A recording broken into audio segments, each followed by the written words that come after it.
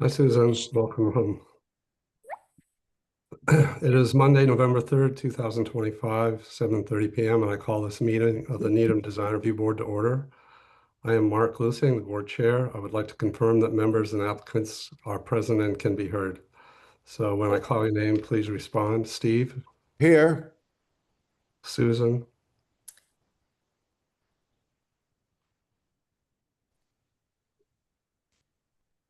Susan, can we, Just go. I think we lost her. Okay. Harel? Here. Also attending is our administrative person, Elisa Lichman. Applicants on the agenda, please respond when I call your project. I don't know if anyone came from, the board is going to have a short discussion of some additional notes on the Chabad Center. The next item is 1037 Great Plain Avenue. Present. Okay.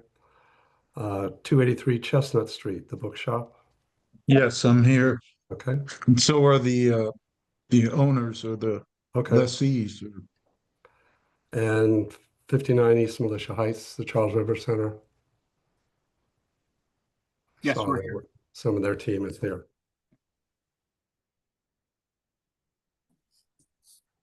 Okay. Welcome to this open meeting of the Needham Design Review Board, which is being conducted remotely, consistent with state orders. The order allowed public bodies to meet entirely remotely so long as reasonable public access is afforded so that the public can follow along with the deliberations of the meeting. For this meeting, the Needham Design Review Board is convening by Zoom app as posted on the town's website on the Design Review Board page, identifying how the public may join. Ensuring public access does not ensure public participation unless such participation is required by law. Design Review Board meetings typically do not require allowing public comment. Please note this meeting is being recorded and that some attendees are participating by video. Accordingly, please be aware that other people may be able to see you, and take care not to screen share your computer unless the chair approves. Please remember to speak clearly in a way that helps generate accurate record. Please remember to mute your phone or computer when you're not speaking. This meeting is being recorded for further usage by the town, and it will be posted on the YouTube channel and other media. All supporting materials that have been provided to members of this board are available on the town's website. The public is encouraged to follow along using the posted agenda unless the chair notes otherwise. I'd like to review the remote procedures for tonight's meeting. I'll introduce each applicant on the agenda. After they conclude their remarks, we will take comments and questions from the Design Review Board members. After discussion, each vote taken in this meeting will be conducted by roll call vote. Building Department requires electronic submission of building permit applications. Copy of your application, stamped and noted for the type of approval you receive, will be emailed to you by the DRB support staff. We will now start with the first item on the agenda, which is just a discussion. Susan had, when we reviewed the Chabad Center a couple months ago, we had the way that works is for the planning board the review. And what we do is we supply notes to the planning board with our comments and thoughts. So I wrote a memo about everything and covered the landscaping to a small degree. Susan wrote additional comments, which are included in the meeting package. So I just wanted to see if there are any questions from the members about the notes Susan added, because what I want to do is just add those notes to the notes I already did, and that will be part of the package that the planning board receives from us. So any other questions or comments? So, Mr. Chair, I just wanted to make clear, due to my affiliation with Chabad, Yeah. I have to recuse myself from this. Yep, that's fine. Thanks, Felix. So the only thing I want to modify is there was a reference to, in my opinion, it was sort of, or I forget, there was a personal note in there. And since this is coming from the whole board, Elisa and I will edit out any sort of personal references, Susan, that you included. Because originally you just wrote that to me, so I understand why they're in there. But I will. So if that's okay with you, that's Elisa and I will look at it tomorrow and just clean up any references like that and send it on, attach it to the other memo that I wrote. Absolutely. Okay. Thank you. So the next item on the agenda is 1037 Great Plain Avenue, applying for exterior alterations as part of their site plan review. So go ahead, George, I see you have your architect here also. Yes, I'll start off and then have Stephen Souza, the architect, chime in. So I'm George Junta Jr. I'm the attorney for the applicant. The applicant is technically Bohemian LLC. This is with respect to a proposed new restaurant to be located at 1037 Great Plain Avenue. As indicated, with me this evening is Stephen Souza, the project architect, as well as Stuart Henry, who is co-owner, manager, sort of the brains behind the proposed restaurant. So we are here before you this evening in connection with a pending major project site plan review application with the planning board for review in connection there and as a part of that, there are facade changes that are being proposed. The project or the property is located on the north side of Great Plain Avenue, immediately adjacent to the railroad tracks. It is the former location of the Rice Barn, and before that, Joy Luck, and I think maybe one or two other restaurants in there over the years. If you go far enough back, for those that remember that were in Needham, it was also the Needham Music. I remember the old record store in there, and I think something else.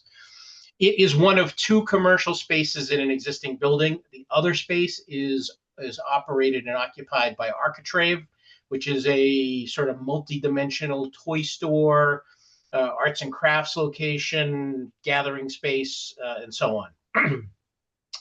The space in question consists of approximately 2,867 square feet on the first floor, with 2,826 square feet of space in the basement. The proposal is for a wholly new restaurant to be managed, designed, created basically by Stuart Henry. And if you aren't aware, he is one of the co-owners and operators of The James, which is located immediately behind this piece, this space. The restaurant will focus on Mediterranean small plates. It will be a little bit larger than the prior Rice Barn restaurant. That restaurant had 102 seats.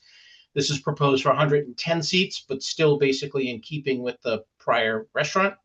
No expansion or change to the footprint or layout of the building is proposed, but there are a number of changes that are being proposed to the front facade and a few changes that are being proposed to the rear facade. And one notable item in connection therewith, in addition to the 110 seats on the inside, there is a patio area to the back that will ultimately contain seasonal seating, outdoor seating, to be determined later whether it is seating under the administrative procedures or whether it requires further review from planning board. But that's not exactly on the table tonight, other than just to make the board aware that there is a space for external seating. There's a designated patio area in the back. So with all that is the intro, I will turn it over to Stephen Souza and let him walk you through the various facade and other design changes. Thanks, George. Oh, I need to share. Hopefully I can share my screen. Alyssa, oh, thanks.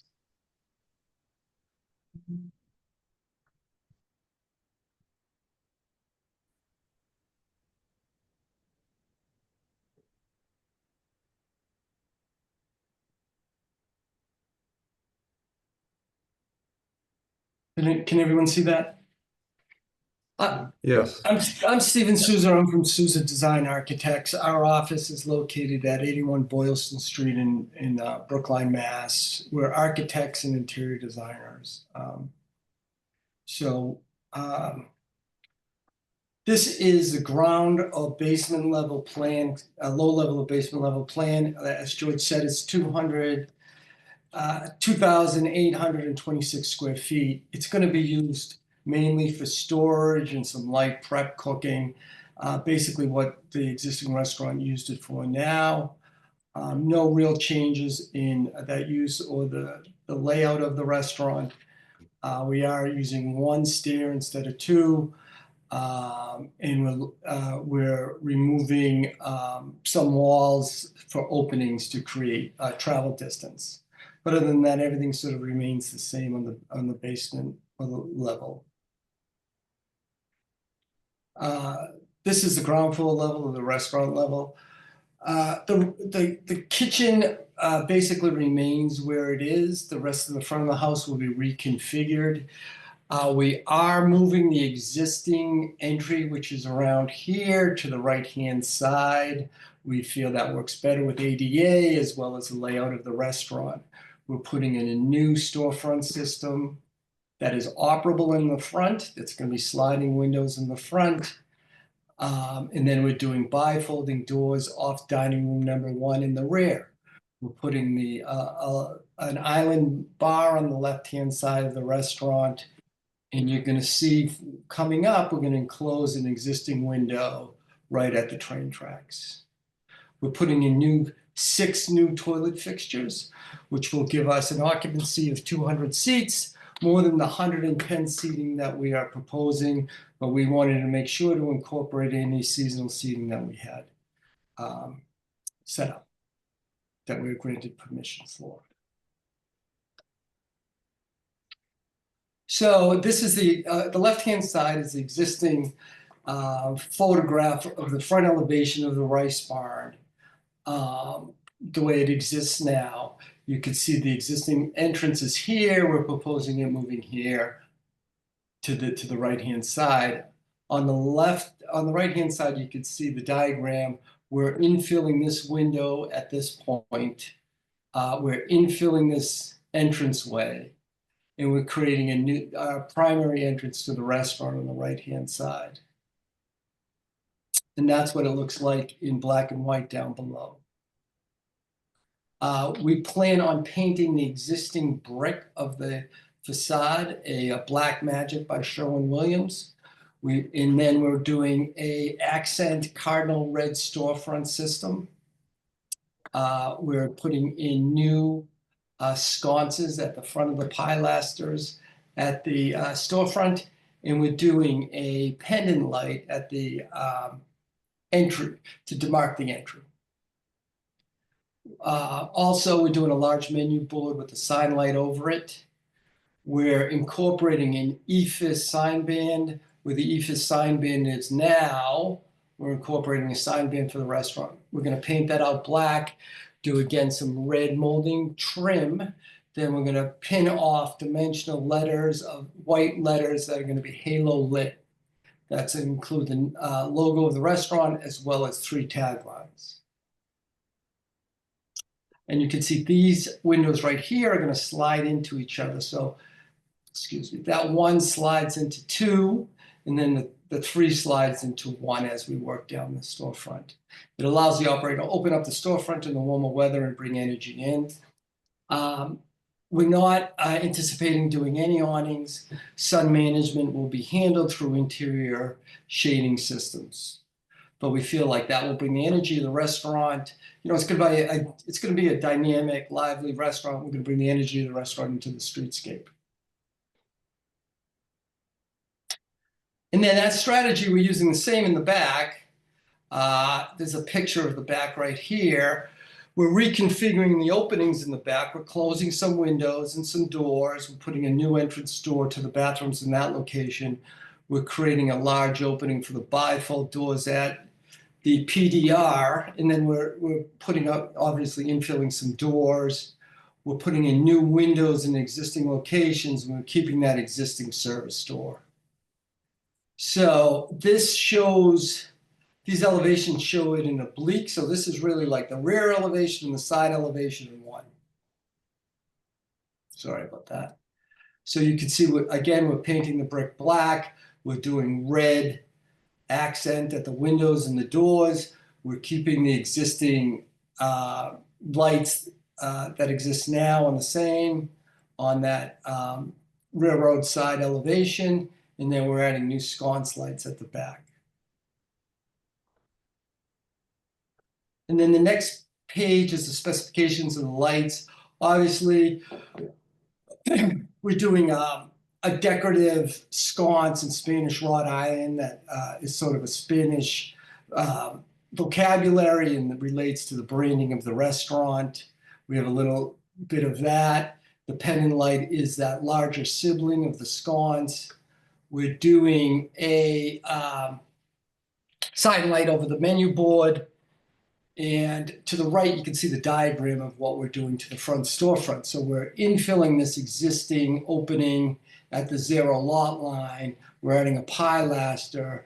We're removing that existing entry space. So we're creating, again, a storefront, a linear storefront system in the front. And at the very right is going to be our new entry. And then the back, similar strategy where we're showing infill and we're showing removing walls. Obviously, we're adding a new door at the bathroom level. We're doing that operable window at the PDR. And again, that's just a bifolding, aluminum bifolding system. So I think that's it for what we had to discuss today. I'm happy to answer any questions or anything like that the board has. All right, thank you. You're killing me here, Stuart. The last time we approved all that dark gray building where the common room now is. Yeah. I heard about it from a few people. So now we're going black. So we're stepping up the game here. Right. Haril, do you have any questions, comments?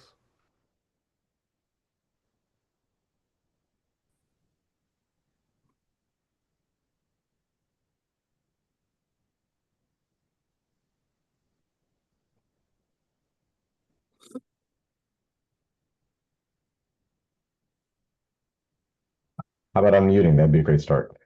Sorry about that. So yeah, no, I don't really have a ton of questions. I think there's an opportunity here to look at, I guess, how dark that brick is, a little bit to Mark's point. Hopefully, maybe you're leaning a little bit more charcoal gray than you are black. That could be kind of tough. And then, so this outdoor menu, is that a changing content component, or is it just sort of an example of what the restaurant sort of provides? Yeah, I think it's an example of what the restaurants provide. I don't think it's going to be you mean like a chalkboard or something, a change? Yeah, or like letters that come off and on or whatever. Like, I guess my question is, it's susceptible to people coming up and doing things to it. That's more of a printed piece. That's Okay. that's lit. Yeah. I think it looks great. Hopefully, little things like the spacing after the period in Vino, I imagine you'll probably make that equal to everything else. Just so you have, it's okay. As architects, that's how the thing goes. Totally get it. The other thing that I think is really kind of nice is just the way this is composed. I kind of like the elevation of it. I think it's going to stand in the street pretty nicely. I'm happy that there's going to be some outdoor. But Stuart, does this connect to the James like from the back somehow? Or am I not imagining that? No, it's separate. We'll have there's a big space between the two restaurants, so it'll be, hopefully if we get the patio approved, it'll be halfway between it. Got it. Yeah. That's it. My only last question really is, are you going to have live music? Probably, yeah. Excellent. Not on Thursdays though. Not on Thursdays. No, you can't compete. You can't compete with yourself. Yeah. Got it. No, that's great. I'm all set, Mark. Thank you. I will say that they'll have to come back separately for the signage package, so we'll have another opportunity to go through that. No worries.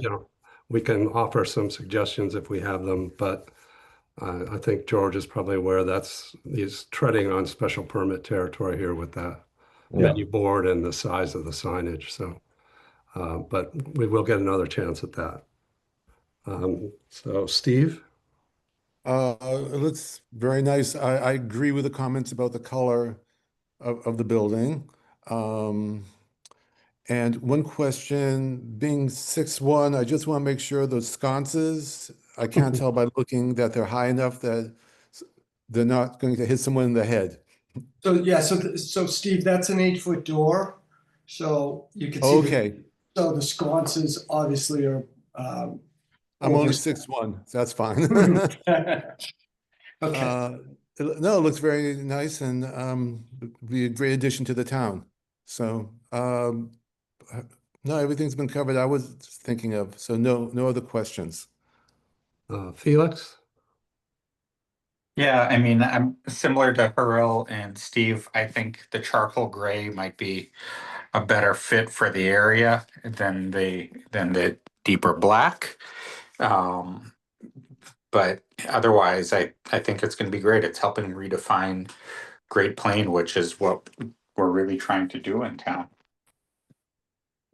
Okay, and Susan? My comments are all the same.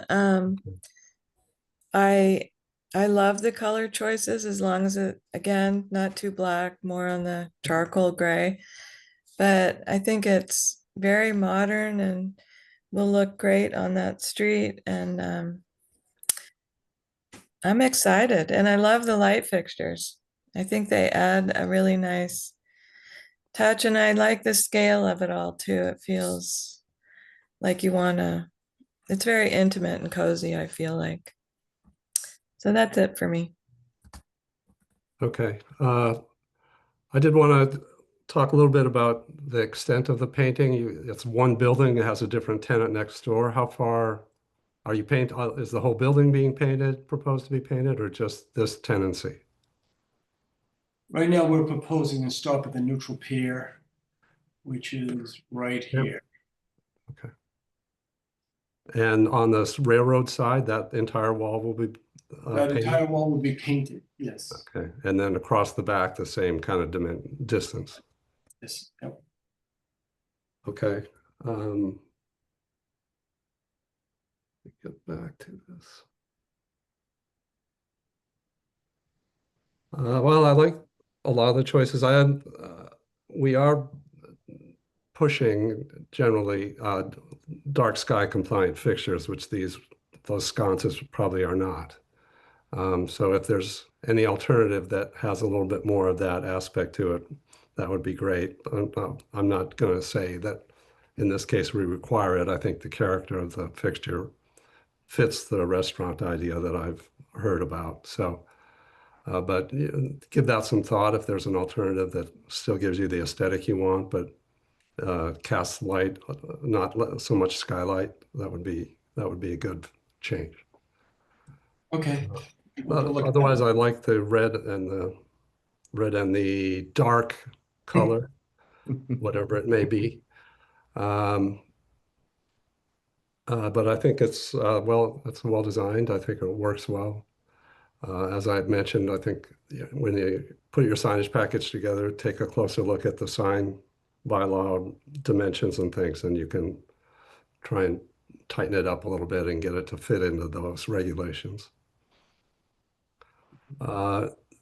So George, as I read through your report at the end, or your letter, is the main reason this is a major project because it needs the parking waiver? I'm a little confused. So yeah, it's because it needs the parking waiver and the restaurant requires a special permit. It falls under the major project site plan review. Okay. Because typically under those conditions, we send a memo to the planning board, but I think what we've really looked at is simply a facade renovation project. And I'm going to essentially treat it that way. And so we'll have a vote to approve this with or without any conditions. And that'll be what we send to the planning board. Mark, I'd like to add one more thing if possible. Yes. And I'm not sure if this is in our purview or not, but I'll just say it. If it's not, that's totally fine. But similarly, I think to like sort of Blue on Highland, I think it's one of these things that if there was a planter or something that was sort of out front as people are eating, it kind of gives a little bit of distance away from people who are just simply walking by on the sidewalks. I don't know if that's a part of this or we can comment to that end, but I think that would help the streetscape a little bit and the sort of privacy separation between people who are dining versus people who are walking by. So I guess the question is, are you proposing are you likely to have any seating on the Great Plain Avenue facade? We're not having any seating. I think what was brought up is like people walking by the windows with people eating. We'd love to do planters. I think it's city land. So if there's a way we can do planters at the front of the scape, obviously that would be a great idea to soften the edge of the building as you go up. I think that's great. I can't Stuart, I'm going to be spending Stuart's money here, but yeah, we'd obviously like to see planters going on in front, right? I think that's, I think that works well with the concept of the restaurant as well as what that does to that sort of pedestrian way in front. Yeah, and those are sort of table height or a little higher, the windowsills on those Great Plain Avenue side. Yeah, the table heights. So the ones on the folding doors in the rear, are they going to stick to the exterior? Or They are. It looks like it's, the seating plan shows them right up, shows seating right up to them. So just want to make sure you have a way to go. Yeah, typically in that situation, you're moving the seats when you're opening the door, and then you have that little stack, that pesky little stack right there, Yep. kind of that we have to work around. But yeah, typically the doors would open outward in the back. All right, so that'll impact because they do have to stack up inside or outside somehow there. That may impact your seating arrangement there. Yeah. Okay. Yeah. All right. Well, we've all commented on the color, so I wondered, I'd like to get the board's sense of if we want to make it a requirement that it not be black, and we offer them another alternative, or if you're comfortable with the black as presented. My concern, obviously, is that, especially on the train side, is that that's a long blank wall to just be black. There have been proposals from the Needham Community Revitalization Trust Fund to do some art panels there, but that has not advanced to reality yet. But that may be something that the owners want to talk to them to help spice up that side a little bit. So if the board, I would like to hear from the board whether you want to require a change in that color or if we're okay. I'd like to see it go a little bit lighter, to be honest, like a charcoal or lighter. I also go along with that. I would like to see it more like a grayish. Yeah, I would Charcoal say gray. charcoal gray. Agreed. Okay, so we're going to add that to our approval as a requirement then. We're not going to, we'll let you, I think you get the idea of what that's going to be. So we don't need to make you resubmit another color, but that will be one of our one requirement. So I would take a motion to approve the facade changes at 1037 Great Plain Avenue with the condition that the color black be changed to a charcoal gray. I would make the motion. I'll second the motion. Okay, and we come to the vote. Steve, Yes. Susan, Yes. Burrell, Yes. Felix, Felix, you muted. Yes. and the chair is yes. So, so good luck, Stuart. It looks fun. It'll be a nice addition. Thank you, everyone. Thank you. Next stop, roof deck, Stuart. Do it now. Take care. Thank you. All All right. right. Thanks all. The next item on the agenda is 283 Chestnut Street, the bookshop awnings and signage. So Yep. Steve, you want to take us through? So we are, Can you screen share, Steve, or do we need to do it for you? I would like to, I mean, I Okay. have some stuff. I'm gonna try it this time. Okay. I never have good luck with it, but why share? That's the next question. Share. There I go. Share. Ooh. What is all that? Yeah, now it's showing you everything on your computer desktop and you need to pick the presentation.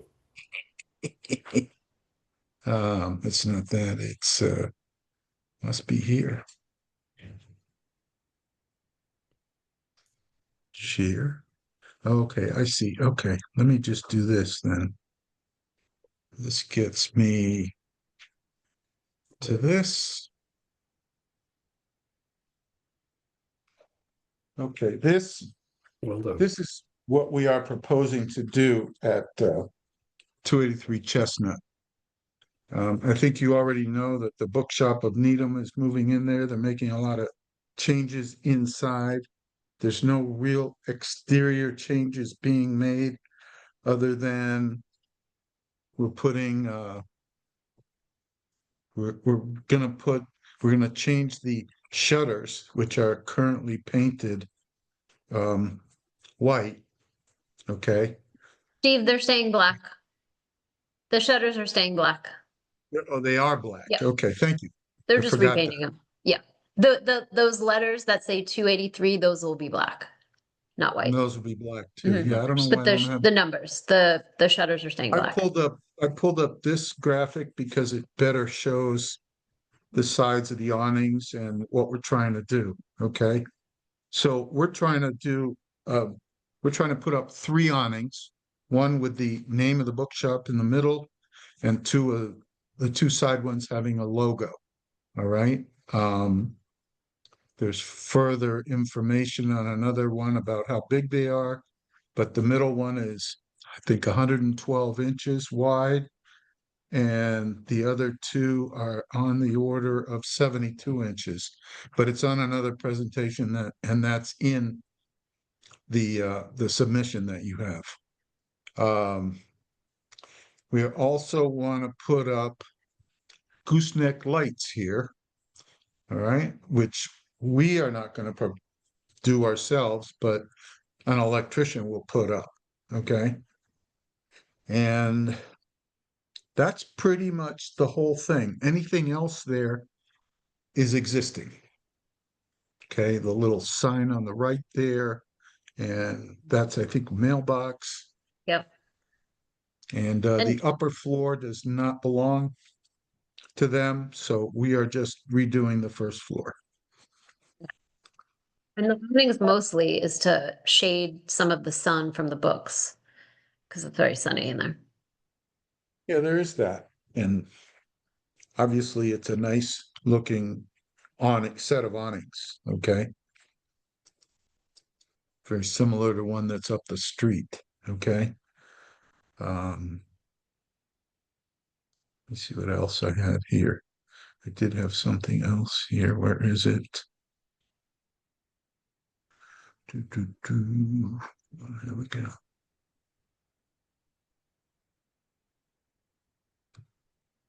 Okay, come on.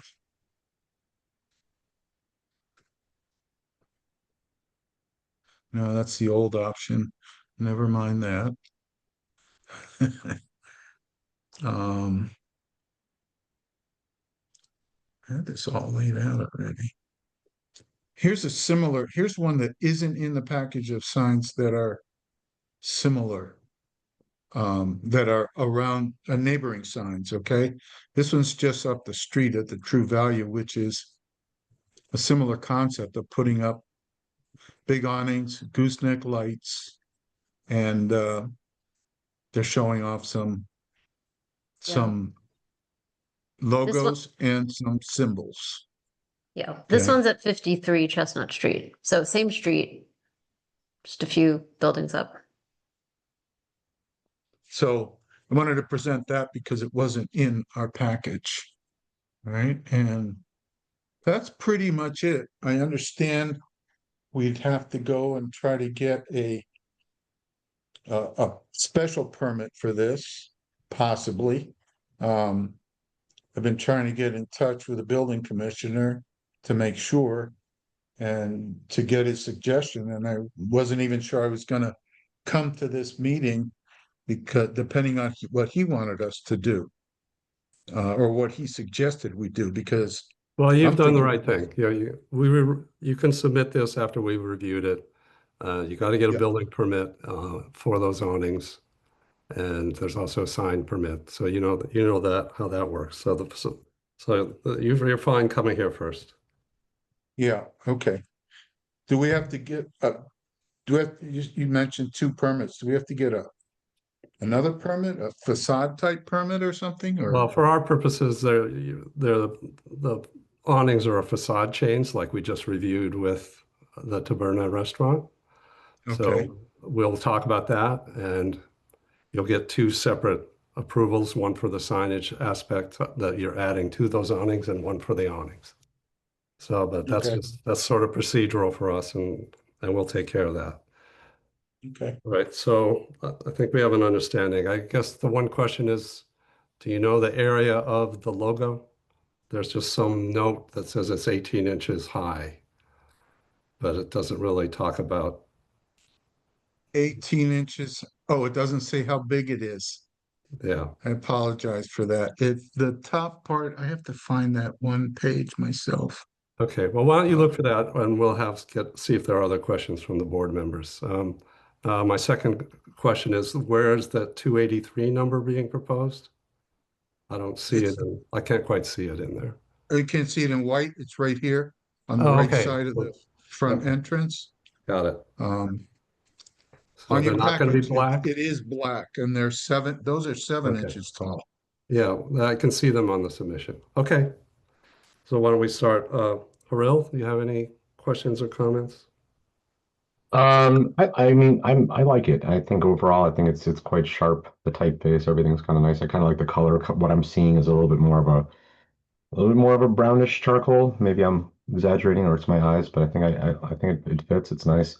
I'm assuming that the sort of lens parallax that you have going is not really the case. That it's actually going to be straight, like this angle, right? Like you have the sort of You're right. you're faking this angle of the lens parallax going on here. So I'm Yes. assuming that in reality, this, the B is a straight B, etc. Yep, it is. Okay.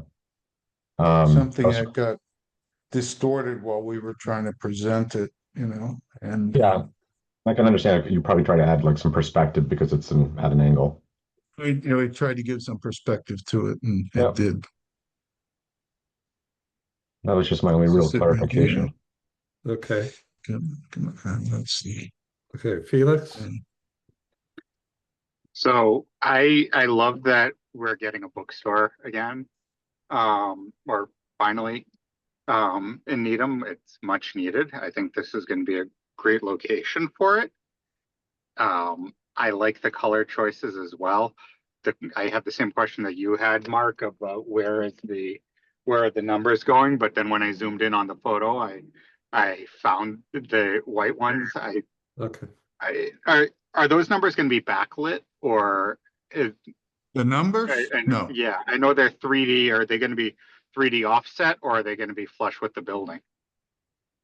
They probably have to be a little offset because the buildings are never flush, flat.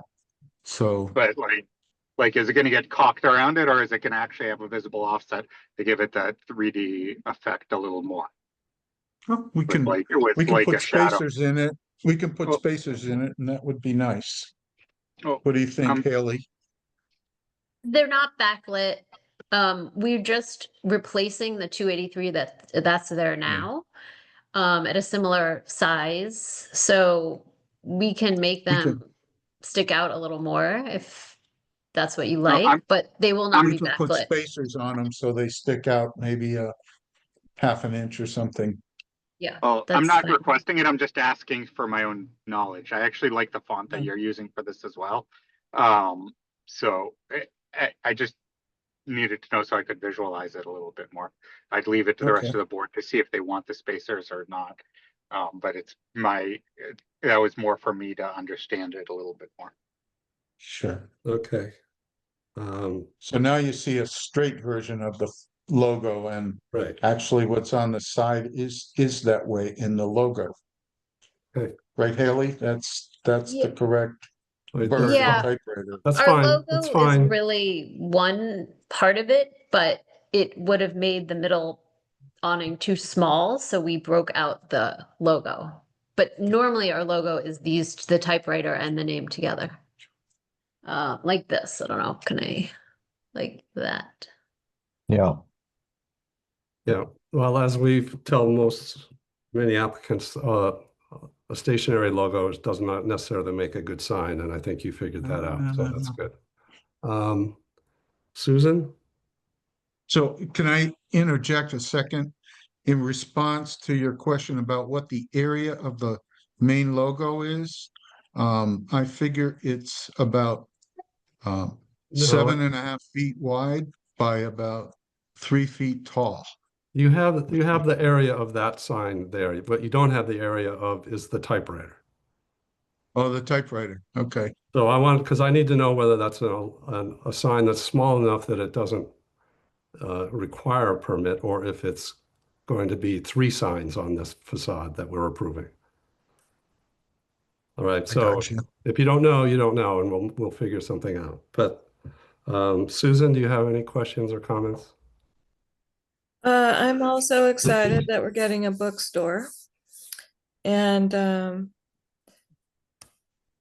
I'll ditto everything everyone else said. My only other, I don't know if it's a comment. It looks like, did you add 2 lights above the awning and leave the 2 lights on the side, or move the 2 from the side of the doors over the awning? Are there 4 lights or 2 lights? So currently Two there's light- 2 lights there now, and we're adding the 2 above the awning. We are going to replace the 2 existing ones, so there will be 4 lights. The 2 will next to the door that are currently there. It's very dark there. It's the only light, so we feel, and it gets dark now at 4:30 and we'll be open till at least 6. So we think we need lights by the doors and ones to light up the sign. That makes sense. Okay. Anything else, Susan?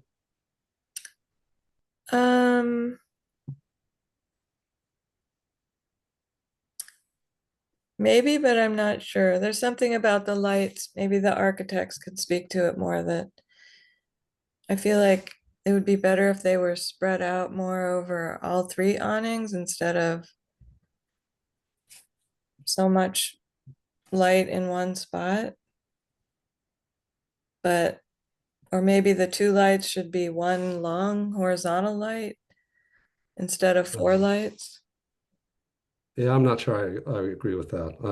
There's no need to light up the whole facade and have this thing be so bright. So they want to focus on the entrance. I think that works well. And They the do.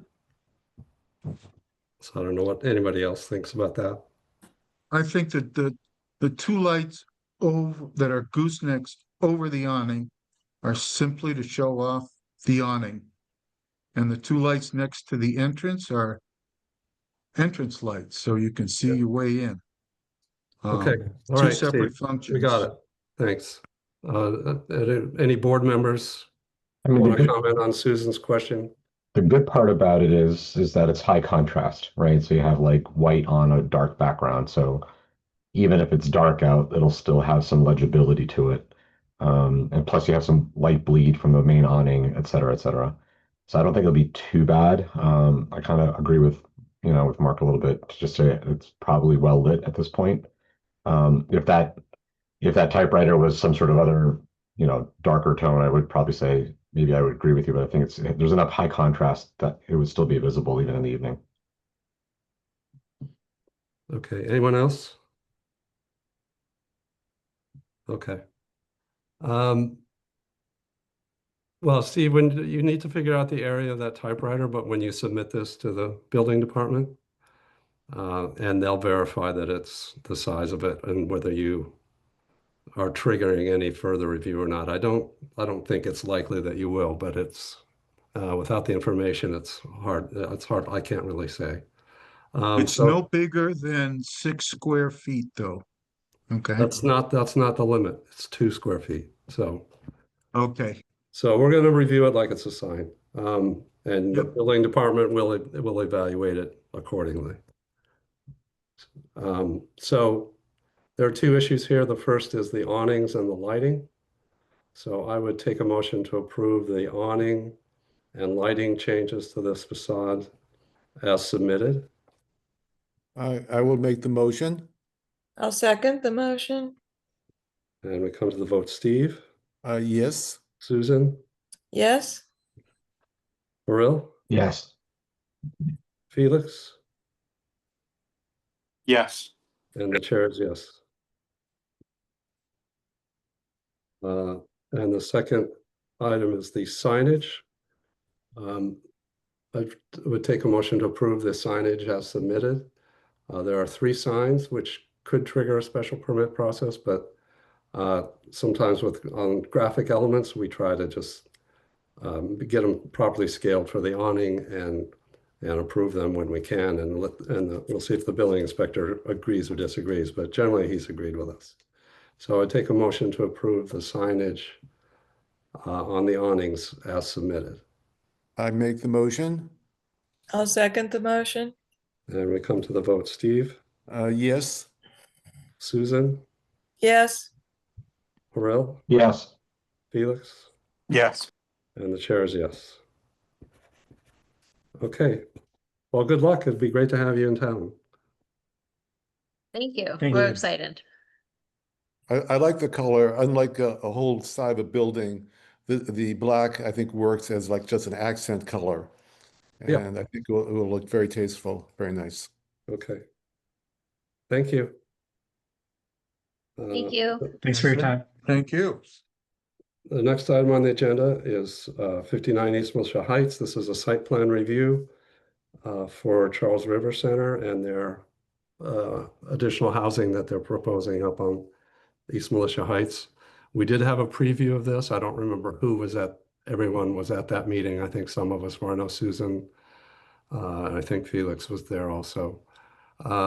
So I will turn it over to them to go through your presentation.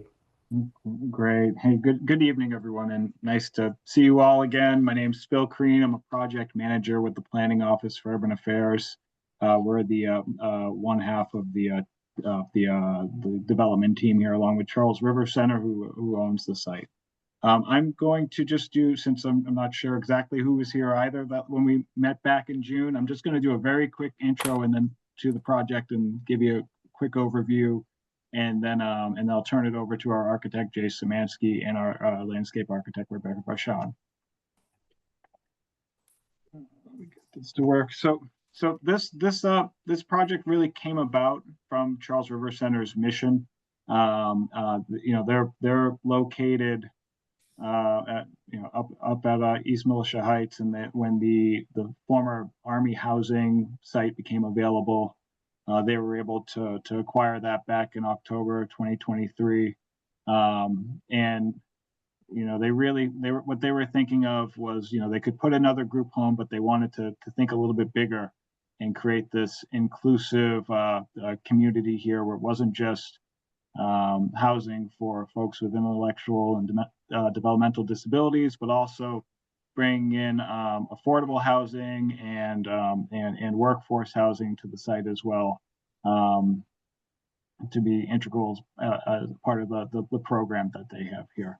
And that's really driven a lot of what we've designed and what we've created is very program focused. Charles River Center has a great program, so we've tried to design to the program rather than the other way around. So just Charles River Center is the owner of the site. We are Planning Office for Urban Affairs, and we're a nonprofit affiliate of the Archdiocese, and we develop affordable housing throughout Greater Boston. And as I mentioned, the architectural team is our architect, VHB is our civil and traffic engineer, and RBLA Design is our landscape architect. So just a very brief overview of the project. We're going to be creating or proposing to create 86 units of 100% affordable housing in studios, 1-bedrooms, and 2-bedroom units. These will all be affordable to households earning between 30% and 80% of the area median income. So that that ranges from about $35,000, a single person making $35,000 a year, up to a household of 3 making about $120,000 per year.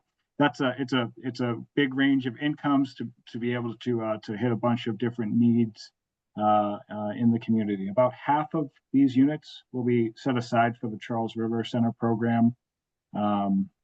Most of those will be for individuals that are coming in through a closed referral system through DDS, and those will be set aside for folks with intellectual and developmental disabilities. And then there'll be 5 units that will be set aside as workforce housing units for Charles River Center staff. The 4 buildings that we're proposing on site, they'll be all electric, be designed to passive house. Other benefits will be a community room that will be available to the Needham, broader Needham community. And Charles River Center is also offering to let folks outside participate in some of the programming that they're planning for this site, like cooking classes, dancing classes, that sort of thing. We've also, I think, talked about some type of outdoor plant program that we could also include with the community there. So our timeline right now, we submitted a comprehensive permit application. The purpose of this meeting is to get your feedback before we have our first zoning board of appeal hearing on November 20th. And we're working now to, there's a funding round for this project. It gets funded with low-income housing tax credits. We're working towards applying there. We wouldn't anticipate starting construction on this project until if we get our land use approvals and get our funding until 2027. Just a couple quick slides on where it is in case you don't know. It's the site there that's in the center. It used to be 12 single family homes for active duty Army personnel up until 2023, and Charles River Center has cleared the site. And as it is currently, looking down towards Charles River Center and Dwight Road from East Militia Heights, it's currently being used as a overflow parking. For the most part, the site is, the middle of the site is pretty clear. There are some trees there, but as you can see from the photos here, we have really good tree coverage around the site, which is a great benefit for our residents and the neighborhood surrounding. And just another picture from way back into the site there. And with that, I'm going to turn it over to our architect, Jay Szymanski, and he's going to walk through our proposed plans. Thanks, Phil. My name is Jay Szymanski with TAT. We're the architects for the project. So this is the proposed site plan. You can see our driveway entrance is on the left-hand side of the plan. In general, we tried to keep... Excuse me, we can barely hear you, so if you can try to either adjust your microphone or do something. It's really hard to hear you.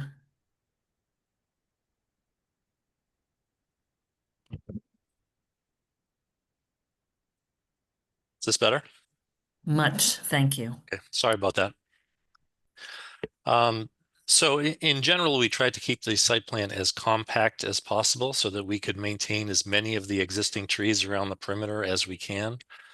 Our site entrance, you'll see on the left side of this slide, both vehicular and pedestrian entrance is there.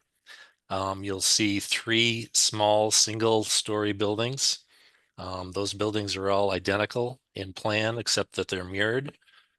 Each one of those contains 6 studio units and associated parking that go along with them. As you travel a little bit further into the site, you'll come to a circular drop-off area that serves Building A, which is the 3-story building. So there's some accessible parking there, as well as a drop-off area for visitors or rideshare programs or shuttle bus. Travel beyond the building. There's a one-way vehicular circulation with the majority of the parking for residents behind the building. And again, it circles around back to the left to the small parking area for the single-story buildings. I will point out that, we're sort of preliminary with utilities, but we have located transformers on this plan We haven't gone through with the utility provider yet, but we have some placeholders for 2 transformers. One at the front of the site to serve the 3 single-story buildings, and then one a little bit deeper into the site. Yeah, there. Thanks, Phil. To serve the 3-story building. Next slide. So this is our proposed ground floor plan. So starting on the left again, those 3 single-story buildings, again, they're all identical. Everything in blue that you see there are residential units. So each of the buildings includes 6 studio units. And when I say a studio unit, what I mean is that they're self-contained, so that they have their own bathroom, a small kitchen, and then a sleeping and living area. In addition to those 6 studio units, you'll see in the orange color is a common area that all of the residents would share. So that includes more of a full service kitchen where they can make meals together, a dining area where they may eat together, and then a living area where they could watch TV or play games or read. Each of those common areas has access to their own private patio behind. So again, the common indoor space spills out to a common exterior space for each of those buildings. What we're calling Building A is the building in the back of the site. It's a 3-story building. So again, in this slide, everything you see in blue are the residential units, and they're different tones of blue because some of them are studios, some are 1 bedrooms, and some are 2 bedrooms. And then what you see in yellow is the circulation space, the corridors, the stairs, and the elevators. And the orange spaces are the common areas. So the large orange space you see on the top there is a community room that's about 4,000 square feet. So that is open to the greater community as well as the residents of this particular development. And that will include a full service kitchen, seating areas, and just kind of unprogrammed recreational space that folks could use for different kinds of functions. Again, a community meeting, or there could be classes held there. Just below that is the entrance to the building in yellow. Off of that is the mail room, package room. Below that are the management offices in purple. And then as you continue a little bit deeper into the building in yellow, there's kind of a lounge seating area that provides access to the courtyard, which will also serve as probably the main residential entry because most of the residents will park behind. So they'll have access through that courtyard into the core of the building. Next slide. So I did want to talk a little bit about the roof plan. Again, we're not too far along into the mechanical design, but what this is showing is mechanical units that we would anticipate locating in the middle of the roof, sort of above the corridors. And that's done for a couple of reasons. One is to keep the noise above the corridors as opposed to above the residential living units. But it's also set back from the roof edge so that it hides it to the greatest extent possible. So from ground level looking up at the building, those mechanical units are pulled back so they're less visible from the street level. Next slide. So these are some 3D renderings. The top one is pedestrian level as you approach the site. So what you can see there on the left and the right are 2 of the 1-story buildings. And then beyond that, right in the center of the slide is that community room wing of the building A sort of jutting out. And that's really meant to be the center or the hub of the entire development, that community space. You see there's a lot of glass there so that really connects from the exterior to the inside. And so you get to bring that activity from the inside and spilling out. The lower image is from a similar point, but of course raised up, so it's more of an aerial image so that you can see how the site lays out a little bit better.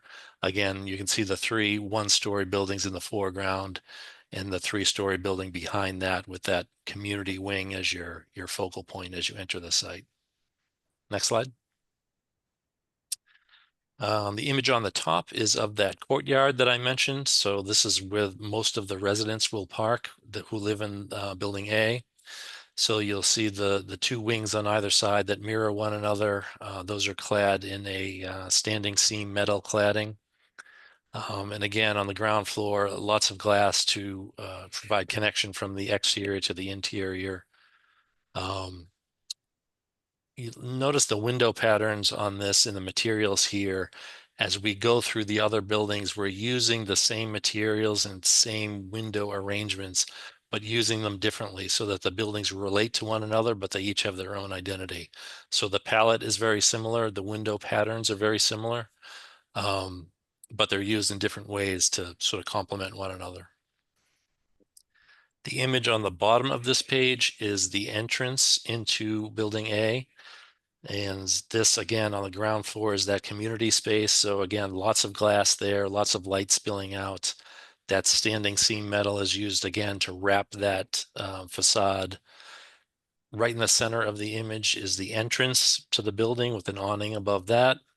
And to the far left of that image, you'll see where the community space actually spills out with a seating area and a patio that connects to that community space. Next slide. So the top image is actually from the back of the cluster of the one-story buildings. And you can see there's a much smaller scale, quieter, fits within the landscape, and really meant to be much more residential in feel. And again, you'll start to see that these materials complement what's happening in Building A. Particularly if you look at the lower slide or the lower image on this slide, that's the front of one of the one-story buildings. So you can see that standing seam metal reappears. Some of the horizontal window patterns reappear here, and also the use of the same materials, kind of the shake style fiber cement shingles and that wood tone cladding, which is also a fiber cement product. Next slide. So looking at the materials in a little more detail. So this is a clip from Building A. So going left to right, the image at the bottom is a aluminum composite panel, which makes up that frame that wraps around the blue mass. The next picture is a vinyl window, which should likely be an Intus window, which is a passive house rated window. Some of these panes will be operable and some of them will be fixed. The next one right in the middle is an image of the standing seam metal cladding that we're proposing in that blue color. Moving over again to the right is the wood tone fiber cement siding. And a lot of manufacturers make this. They're all a little bit different, but again, it's a fiber cement product that it's made to look like wood. So it really adds some warmth to the facade. And the last one on the far right is also a fiber cement product, but that looks more like a shake, like a cedar shake, but it's again fiber cement, so low maintenance, very durable product. Next slide. So this is a blow up of the one-story buildings. Again, starting on the left, we're looking at a fiber cement panel with reveals in that. The next one is the standing seam metal cladding, again, that relates back to Building A. Again, the wood tone fiber cement that again relates to Building A. The same style Intus windows or vinyl windows. And then on the far right, the cedar shake look in a fiber cement product. And then on these buildings, we're proposing an asphalt shingle for the roof. Next slide. So with that, I'll hand it off to Rebecca to talk a little bit more about the landscape.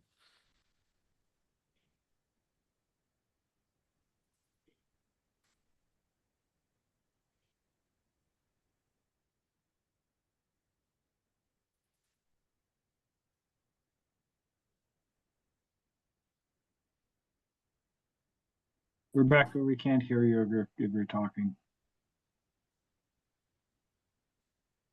How about now? Same problem as Jay? Okay. Yeah. My battery was dying, so I'm like trying to shout, but we'll do it this way. Happy to see you all again. Rebecca Balchon, landscape architect. This plan, we were, I think, a little bit more advanced than we were last time we came before you. This is we have started a tree protection and removal plan. You can see the big X's are really in the confines of the previously existing development. So we'll be taking out 15 trees to be removed, and we are trying to save 6 of the larger trees. There's a white pine in the center that we hope to incorporate into our center island. We have recently gotten an additional tree survey that has every tree over 1 inch around the perimeter of the property. So that's been really helpful, but we're still working on the grading. So we haven't settled on how many we'll need to remove, but we hope to protect the majority of them. There are, I think, 268 total trees were surveyed around the perimeter of the property. So we will do our best to keep as many of them as we can. Go to the next slide, where we start looking at our proposed plantings. You can see these more roughly larger trees are the existing trees to remain.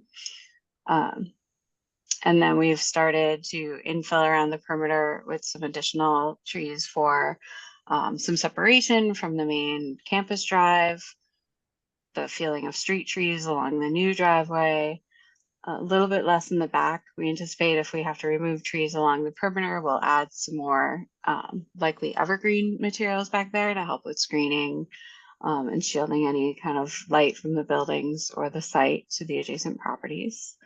We'll start detailing a little bit more as we go along. You saw in Jay's renderings the more naturalized looks of the backs of the buildings.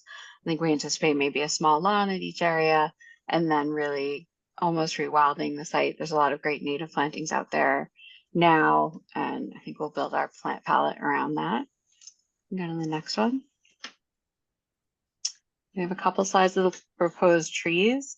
Everything proposed is native, drought tolerant, and low maintenance, complying with HLC's requirements, housing livable communities. We'll look at additional shrubs, perennials, and ground covers too as we move forward, and they'll all be to the extent practical in keeping with that. So you can see a mix of shade trees, evergreens, and ornamental flowering trees. Go to the next one.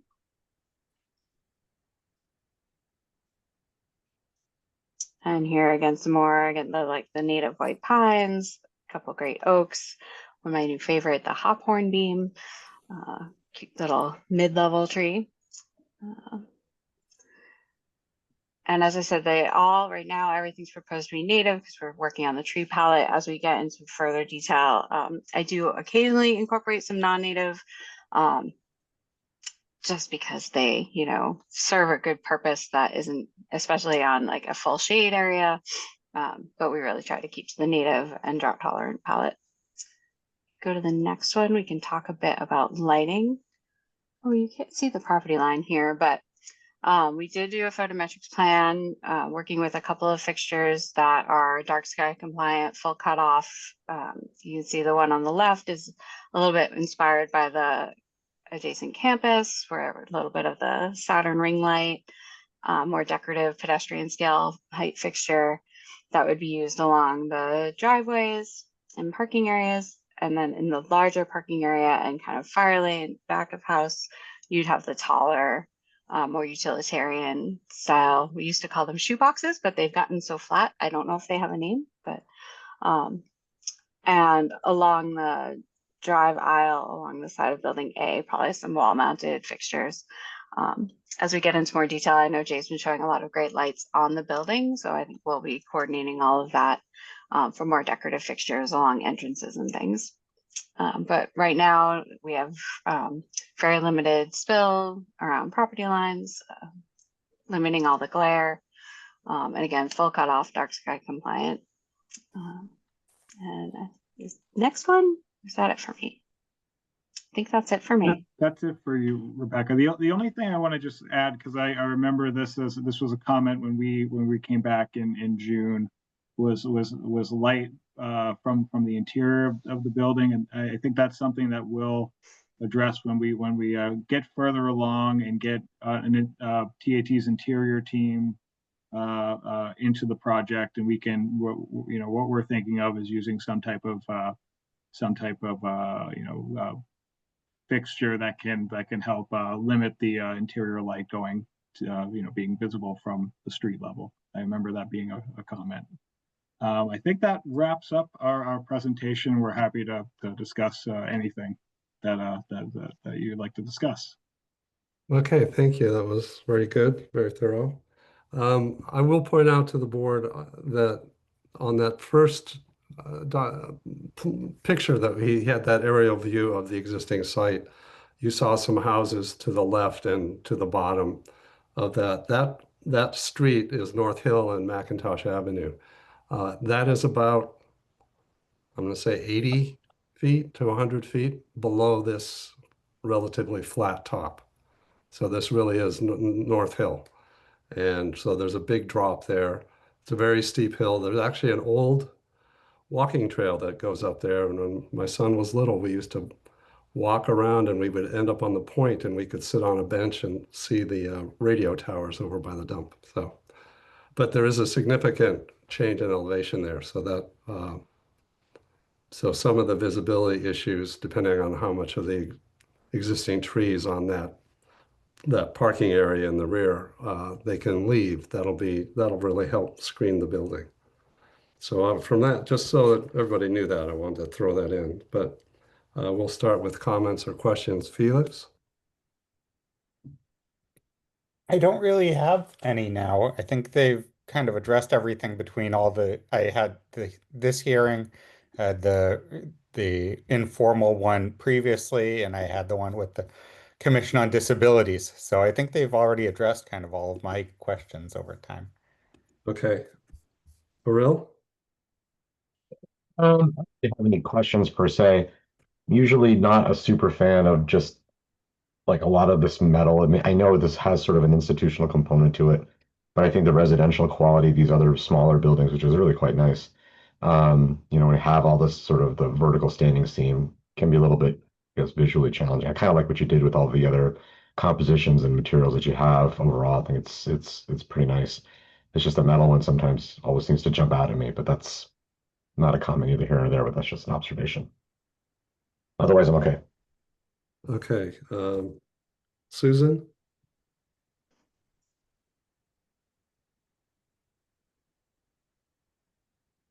You're muted. I don't have a lot of comments or questions. I think it's lovely. I like the scale of it. I like the way it's nestled into the woods. I love all the native plants. I'm usually not a proponent of lawn anywhere, but I think it's nice here and probably is necessary. The gathering spaces, I think that we mentioned last time, are lovely. So I only have positive things to say, and I think it's lovely. I don't have any questions.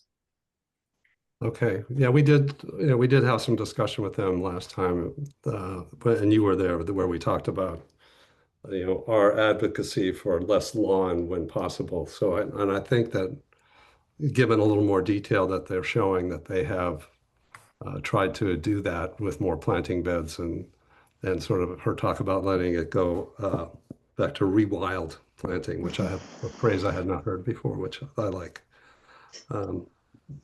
So if you're comfortable with the adjustments and at this point and the planting selections, that's great. We have Steve? I like it very much. I think, in my opinion, you've created a really nice little mini neighborhood. I really like the variety of shapes, heights, materials. And the other, I had a couple other little questions, but they've all been addressed earlier or commented on. So I like it a lot. Okay, great. So I have just a few comments and questions. You went over the mechanical units a little bit, so I appreciate that. Are they on the sort of studio units? Is there a solution there that you have decided on, or are they ground-based? Yeah, so there actually is a solution there that we had thought about. look right in the center of this image. I don't know if you could zoom in on this, if that's possible, Phil. I might be able to if I take it out of full screen. Now we're. Or, yeah. Yeah, see, Oh, okay, I There see you that. go. on the back, right there, Yep. there's kind of a screening that's built into the back massing, and that was our thought, was Okay. to line up the units there on that roof. Okay, excellent. I think you're not quite there. My other questions really relate to, I guess the entrances to the studios, are they off of the common area, some sort of hallway? I couldn't tell. Are there doors directly outside from the studios? They're accessed from the common corridor. Okay. So we can pull up that plan if it's helpful. No, I've got it up on my other screen, so I just wanted to double check. I guess my other questions, I think, Haril had talked about the material mix. I am more comfortable with using some of these commercial materials if they're more limited in the way. I think, it's a larger building. There's the era where we did the 3-story apartment buildings with the little flat, low gabled roof, and I didn't find them to all be that successful. So I like your material mix. I like the way the large building bleeds into the small building, so you've got a little bit of flavor of the character of the overall site in every building. And I love the studio concept. I think that'll be great. I mean, and the last comments and questions really relate to that parking lot in the back. And as I looked at the topo plan, it looks like there's about 6 to 8 feet of height change from the existing grade to where that retaining wall will be. So I'm just, have you thought about the materials and how that retaining wall is going to be done? Is it going to be big enough that you want to do a 2-tiered wall or something like that? Again, I've been on that hill. It's very steep, so. Yeah, and that's one of the reasons why those parking spaces are angled rather than 90-degree spaces, to pull it away from the property line as much as we can to minimize that wall. Yeah. I would imagine that it would be a modular block wall, but we're not quite at that level of design yet. Okay. Yeah, and I think terracing it might do more harm than good in a way, like to be able to get a big enough terrace to actually plant on it. I think we'll be clearing more than we would with just a single block wall. Okay, that's good to know. Yeah, again, it's not 12 feet, but there's a grade change, significant change there. And the other thing would just be the lighting. We did look at the lighting plan. There's not a lot of intensity spill, but there is a little bit of spill again on that hillside. Now there are trees all the way down, the mature trees all the way down that hill. So I don't know how well they'll screen. I guess, I mean, I'd ask you guys just to take a look at some sense of that. And if it's actually going to be, those light fixtures are going to be basically above the tree line that's left, maybe we could consider the lower scale lighting across that back. It might take another fixture, but do something more similar to what you're doing on the drives around the internal part of the site.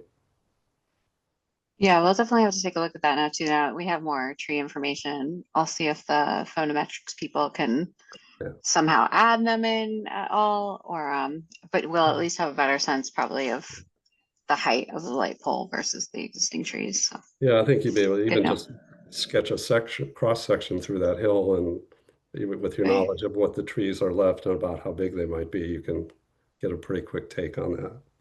Yeah. Okay. Well, it's great project, very nicely done. We appreciate you coming in. Is this an all ZBA review? Is the planning board review? Well, I'll have to check with who we send our memo to at this point, because I'm just not sure what your process is going to be next. I think Elisa just unmuted to mention it. I've been told it's zoning board of appeals. Okay, so we'll send some comments to them and they will add them to the record and during their review. Great. Okay, any other comments or questions from the board? Okay, great. Thank you very much. Great, Thanks again thank for you. your time. Thank you.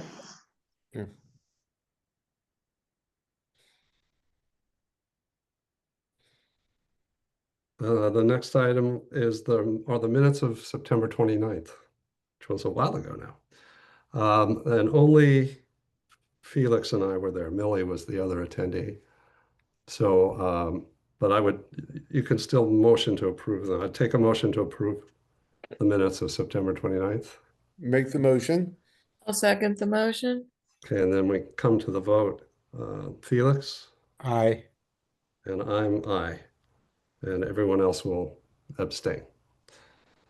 I'll abstain for you, actually. All right. And next is take a motion, I accept a motion to adjourn. I would like to make the motion to adjourn. I'll second the motion. Okay, we come to the vote. Steve, Yes. Susan, Yes. Ariel, Yep. Felix, Yep. and I'm yes. And Elisa, once you sign off the recording, you just let us know.